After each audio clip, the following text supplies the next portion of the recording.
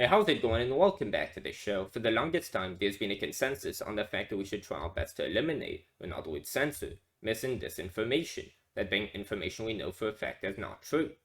Of course, the argument for that is pretty simple. Being misled is a lot of things, and helpful definitely isn't one of them. We don't want people to fall for it, and that's why we remove it. And on its face, that makes sense. Let's think about this a bit further. When you send the message "this isn't true" by not elaborating, but instead making sure you don't have to, it frames you as someone who's not capable of elaborating. Misinformation should be by definition the easiest type of speech to debunk.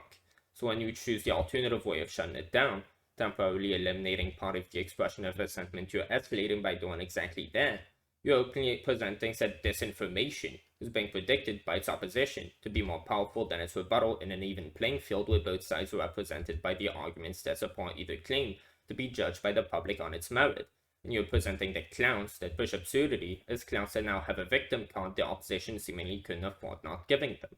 No way they would ever use that, because when has that ever happened? And of course, this victim card comes in the form of a free talking point that's way harder to laugh at than any misinformation they might have had to work with in the first place. Why did you bother taking me so seriously if I'm such a clown? Why did you expect anyone else to also take this clown seriously? And why did you allow for this question to be asked in the first place when you could just use transparency to your advantage and have nothing to lose by doing so, since you're right, and therefore transparency would be on your side? And most importantly, don't you think that's a hell of a lot of free leverage to be giving someone you're trying so desperately to shut down? Or are you just too stupid to realize you're doing one of two things?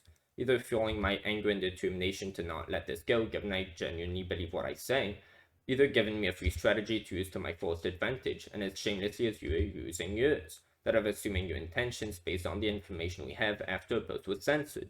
The misinformation and its absurdity is gone. All we know is someone didn't want you to make whatever you will out of whatever it was, and the obvious direction to speculate in based on that alone is pretty clear. And you're letting me fill in that blank since you're clearly either too scared or not interested in the matter to give your side of a story when it clearly warrants an explanation.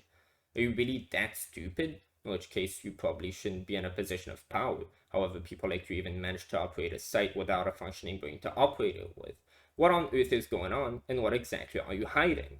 The only message you could take from this is, well, I wouldn't really pay attention to someone telling me not to wear a mask during a pandemic if it wasn't for the fact that the authorities I choose to rely on instead for such information, they are showing me that they're taking it seriously.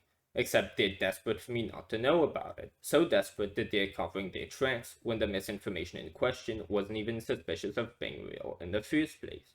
Is this trend of not trusting the authorities going for a reason?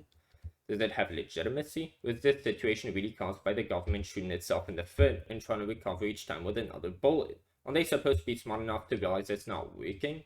You'd expect history to do its job each once in a while and teach them something about something, eventually. Who knows, but maybe I should look into that. Would be a shame if this whole conspiracy I'm making turned out to be less interesting than interpretation mixed with human curiosity leaves it to be.